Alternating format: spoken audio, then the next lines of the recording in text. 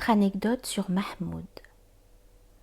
Lorsque Mahmoud, le flambeau des rois, eut quitté Ghazna pour faire la guerre aux hindous, et qu'il eut aperçu leur innombrable armée, son cœur fut rempli de tristesse à cause de cette multitude, et il fit vœu ce jour-là au roi de toute justice, en disant « Si j'obtiens la victoire sur cette armée, je consacrerai aux derviches de la voie spirituelle tout le butin qui tombera en mes mains. » Lors donc que Mahmoud eut été victorieux, on réunit un énorme butin au-delà de toute proportion, au-delà de ce qu'aurait pu imaginer sans esprit sage.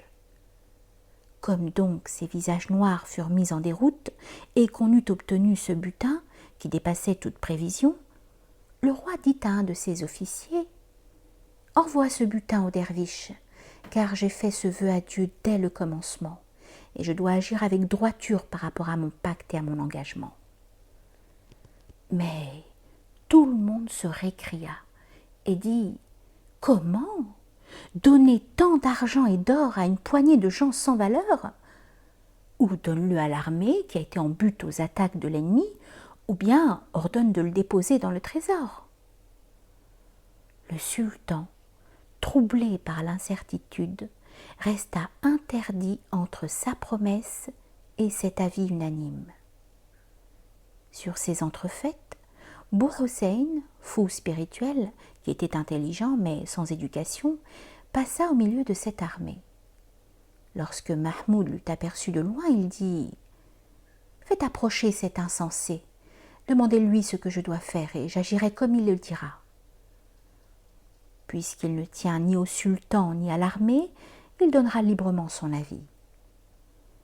Le roi du monde fit donc alors venir ce fou et lui raconta la chose.